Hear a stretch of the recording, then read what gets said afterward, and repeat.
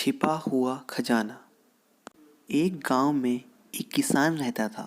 उसके 3 बेटे थे। किसान मेहनती था, लेकिन उसके तीनों बेटे आलसी थे।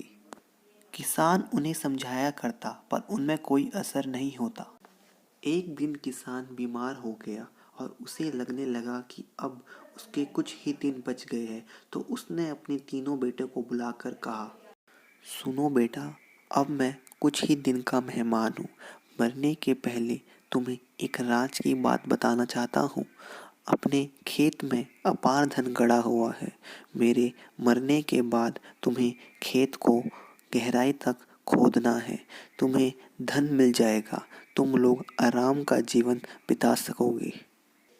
कुछ दिनों बाद किसान की मृत्यु हो गई।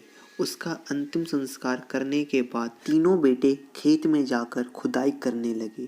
कई दिनों तक खेत खोदने के बाद भी उन्हें कुछ नहीं मिला। उन्हें अपने पिता पर बहुत गुस्सा आया, लेकिन उन्होंने सोचा कि जब खेत खुद ही गया है तो यहाँ धान बो देते हैं। उन्होंने खेत में धान बो दिए। कुछ माह बाद खेत धान से लहला उठा। धान बेचकर उन्होंने अच्छा खासा धन कमा लिया।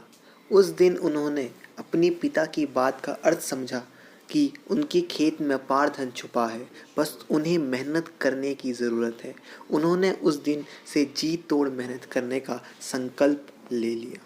सीख: मेहनत का कोई विकल्प नहीं। आलस छोड़ मेहनत करो।